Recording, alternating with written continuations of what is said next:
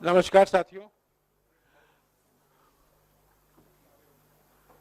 नमस्कार साथियों, अभी राहुल गांधी जी आपको संबोधित करेंगे।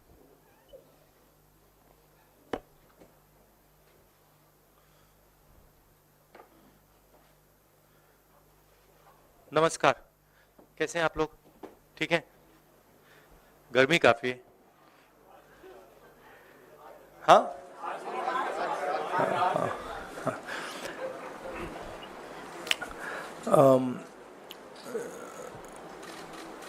भारत छोड़ो न्याय यात्रा में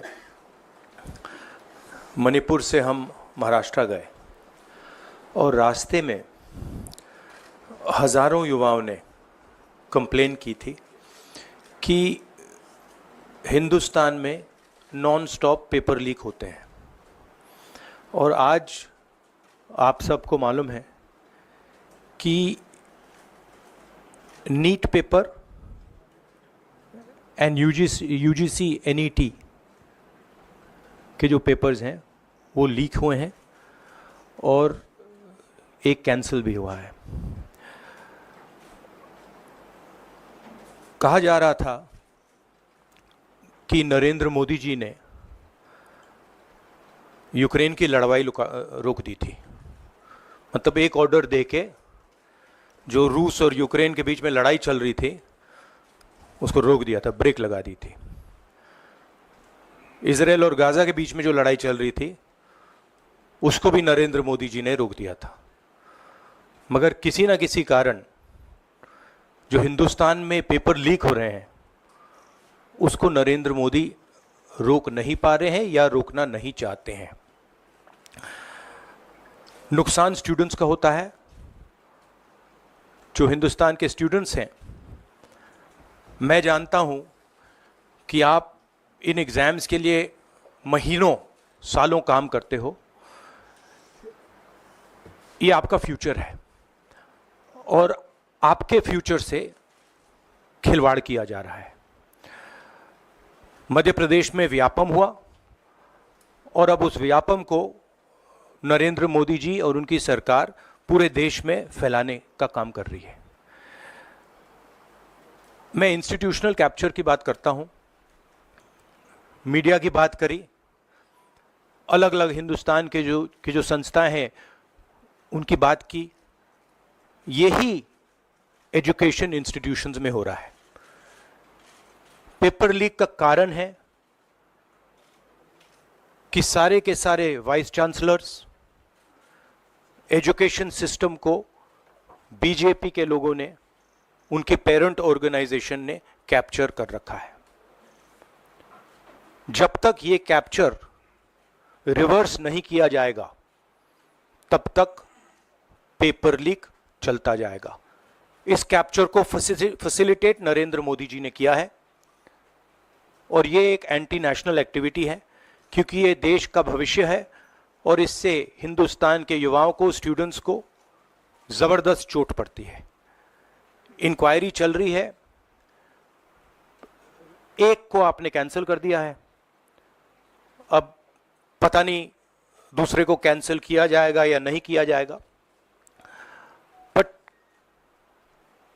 कोई ना कोई तो इसके लिए जिम्मेदार है और उनको एकदम पकड़ा जाना चाहिए और उन पे एक्शन लिया जाना चाहिए।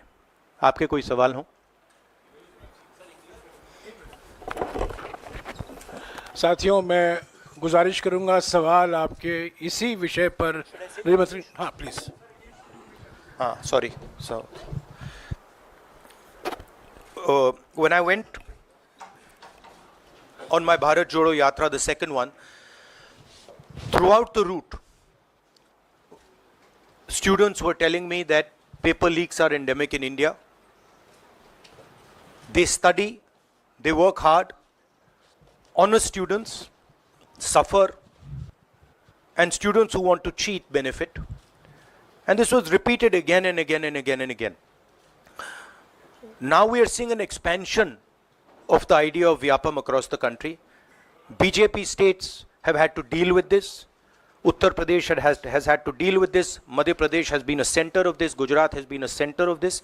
And now they have expanded this idea to the rest of the country.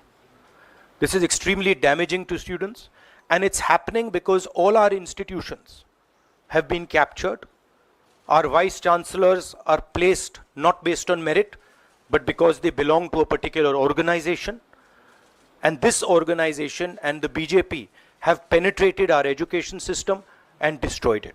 What was done by Mr. Narendra Modi to the economy with demonetization has now been done to the education system. Youngsters, I want you to know that the reason this is happening and the reason you're suffering is because an independent, objective education system has been demolished, and it has been replaced by an education system that is captured by the BJP, captured by their parent organization. And until this capture is released, you are going to suffer. You're going to see cancellations of your exams. You're going to see paper leaks again and again and again. One paper has been cancelled. We don't know what is going to happen to NEET. But whatever happens, it should not be done in a arbitrary fashion. The rules that apply to one paper should apply to another paper. And it is very important that the people who are guilty here are brought to book and they are punished. Thank you.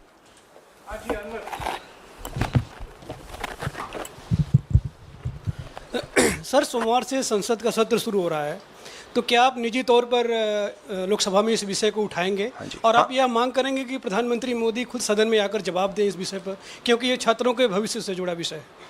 हाँ, बिल्कुल, simple question. हाँ, उठाएंगे, parliament house में उठाएंगे.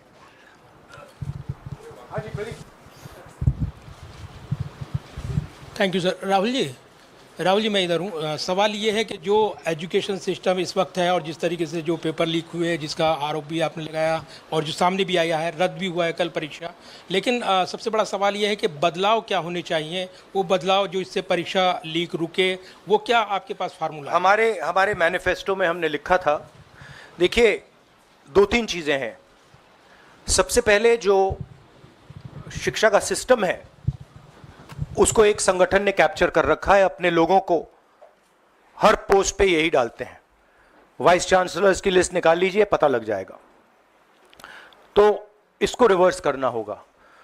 दूसरी बात, manifesto में हमने साफ कहा कि पेपर लीक होने के बाद कार्रवाई करना एक बात है, बहुत जरूरी है और स्ट्रिक्ट से स्ट्रिक्ट कार्रवाई होनी चाहिए.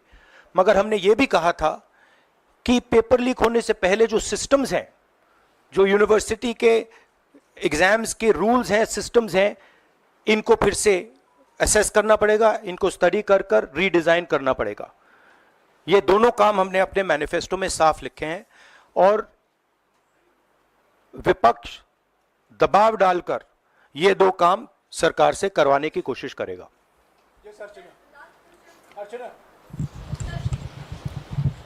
Rahul, do you think so? This is a education emergency, and till now, what is the stand? Government ने जितना भी stand लिया, do you satisfied with that stand? और सर मेरा दूसरा सवाल भी है, जिस तरीके से आप आज स्टूडेंट से मिल रहे हैं, आज let me answer the question. See, there is a huge pressure on our students, and the pressure comes from a number of directions. The first direction is the large scale unemployment that is there in the country. Everybody understands it, everybody knows it, and one of the reasons the government suffered in this election was that all youngsters believe that Mr. Modi is incapable of solving the employment problem. So that's the first thing. Second thing is there's huge pressure because of this, and there are very few avenues for students. In all areas, right? So you've cut off the job avenue. Now you're cutting off the exam avenue. You're saying, you can take an exam, you can study, you can work as hard as you want. On the last date, we're going to tell you that the exam is cancelled. So, that avenue is also shut. You've shut avenues like Agniveer. You've shut avenues like the public sector. So the youth of India have nowhere to go. It doesn't matter whether you're an IIT graduate, IIT student, or you're trying to join the army. The youngsters in India simply have no way through. And it's not just a educational crisis. It's a crisis in pretty much every sphere that we are facing. Now, before the elections, it was very clear that there was massive control of the media, massive control of the other institutions, so people were quiet. Now people are very clear that we are sitting on a disaster, and we've got a government that is crippled, cannot do the job. It's literally walking around on one leg, right? So, yes, it's a crisis. It's a profound national crisis. It's an economic crisis. It's an educational crisis. It's an institutional crisis. So, but I don't see any response. I don't even see the capability of a response, right? So, हाँ नहीं 1 second, Bihar का भैया हमने कहा है कि inquiry होनी चाहिए और जो भी जिन्होंने भी पेपर लीक कराया है उनके खिलाफ कार्रवाई होनी चाहिए।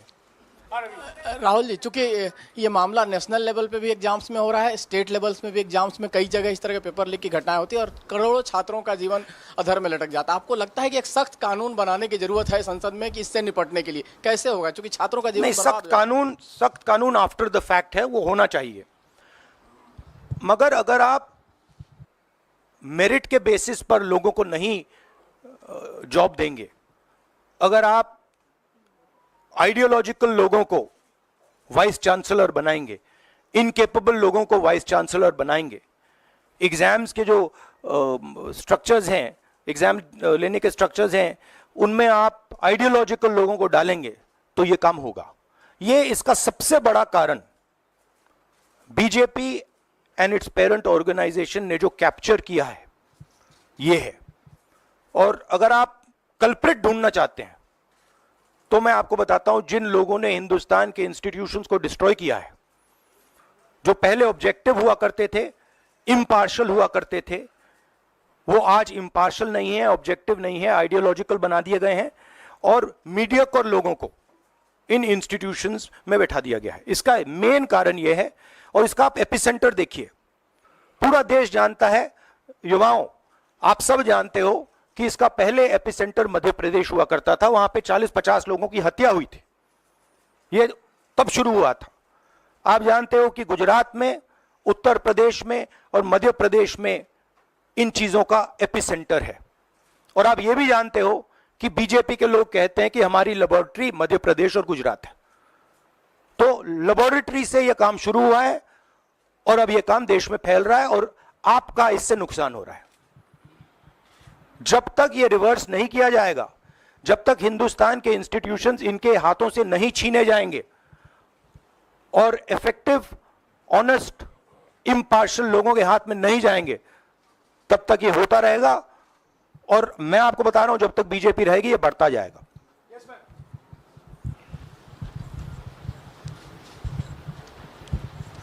सर, एनटीए के अंदर सारे एग्ज़ाम्स आने लग गए हैं, नीट भी, नेट भी, और इवन कॉलेज एडमिशन्स भी उसी पे हो रहे हैं। तो आपको लग रहा है ट्रांसपेरेंसी कहीं ना कहीं वहीं ख़त्म हो जा रही है, क्योंकि वो एक एजेंसी जो है वही सारा कंडक्ट करा रही है।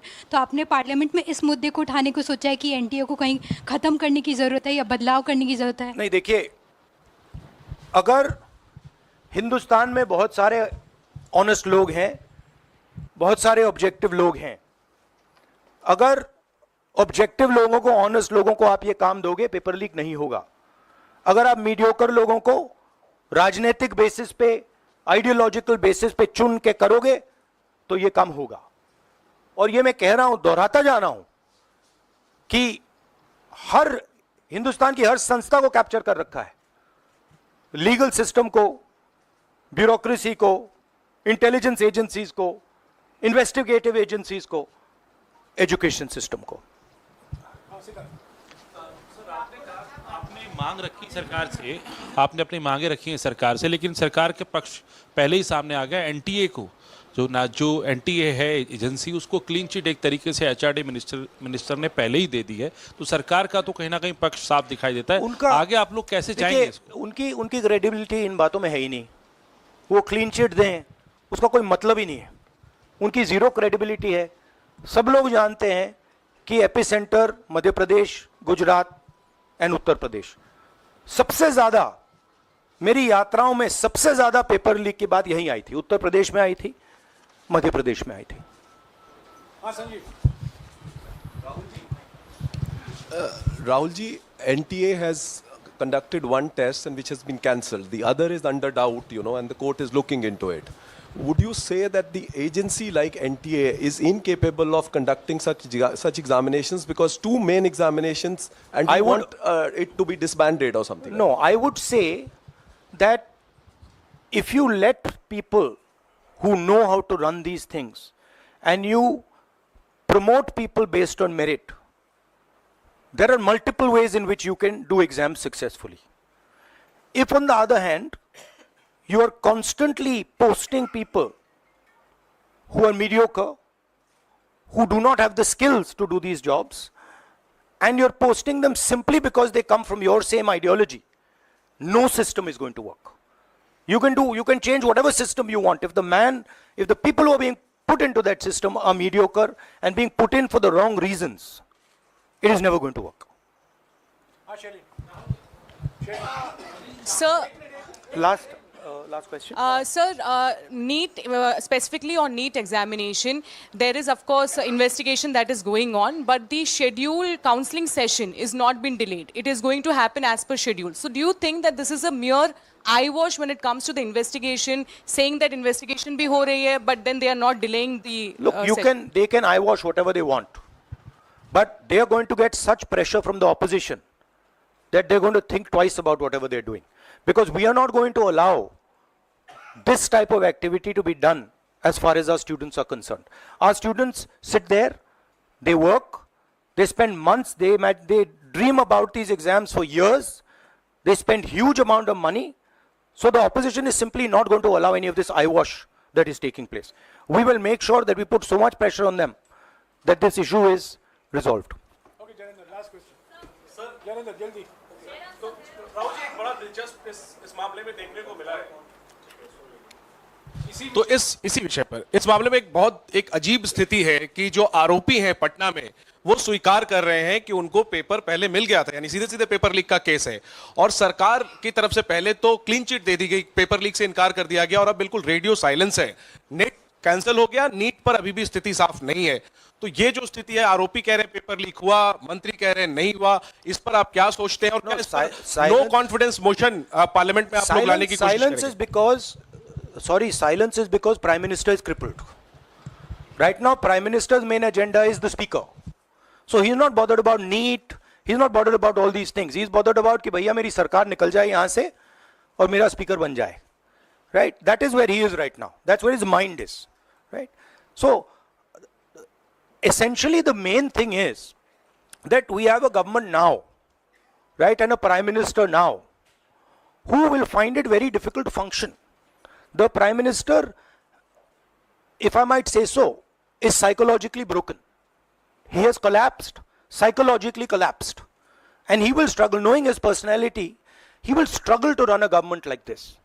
Because his entire sense of running a government, the idea of running a government, Mr. Modi's idea is to generate fear in people, to frighten people, to make people not speak. You're aware of that. Now what has happened is people are not scared of him. And you saw the other day, I think somebody in Varanasi itself threw a chappal on his car. Right? So it's very clear. The basic concept of Modi has been destroyed in this election. If we were faced with if right now you had a Vajpayee ji or a Manmohan Singh ji, they might be able to survive what they are faced with. Because there is humility, there is conciliation, there is respect. But Narendra Modi does not believe in any of these things. Narendra Modi believes my way or the highway. And now suddenly is found that earlier there were Congress people who were not scared of him. Now nobody in the country is scared of him. Right? So psychologically it's almost a fatal blow for the Prime Minister, and he's going to really struggle. And of course now we have a stronger opposition. So it's going to be interesting and quite a lot of fun. Thank you. देखिए क्या हुआ,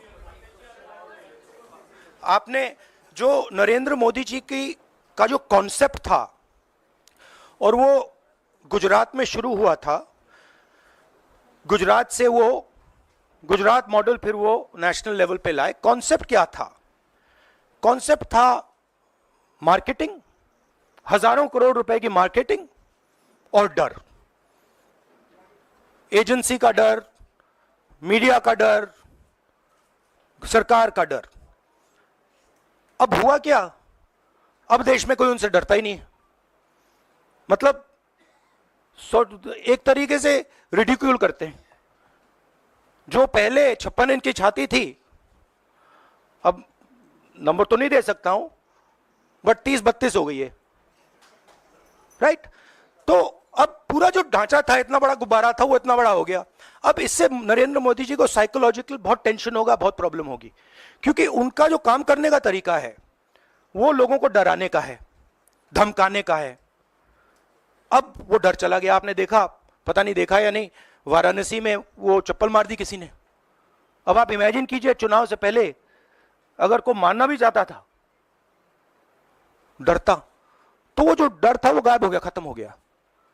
और internal भी problems हैं, इनकी party में problems हैं, इनके पेरेंट ऑर्गेनाइजेशन में इश्यूज हैं। तो मेरा कहना है कि जो नरेंद्र मोदी का जो कॉन्सेप्ट था उसको ऑपोजिशन ने डिमोलिश कर दिया, खत्म कर दिया है। उसको आप 56 इंच की छाती कहें, उसको आप डर कहें, उसको आप मतलब जो बिग नरेंद्र मोदी जी की जो इमेज थी उसको फाड़ दिया हमने। अब अगर वाजपेयी जैसे लीडर होते जो जिनमें ह्यूमिलिटी थी, मनमोहन सिंह जी जैसे जिनमें ह्यूमिलिटी थी, लोगों की रिस्पेक्ट करते थे, बात सुनते थे, ऐसी सिचुएशन वो काम निकाल सकते थे। मगर ये नरेंद्र मोदी जी की स्टाइल ही नहीं है। नरेंद्र मोदी जी मतलब किसी की सुन नहीं सकते, बिना फोर्स काम नहीं कर सकते। तो ये अब मामला है। और दूसरी बात, बहुत मजबूत ऑपोजिशन है।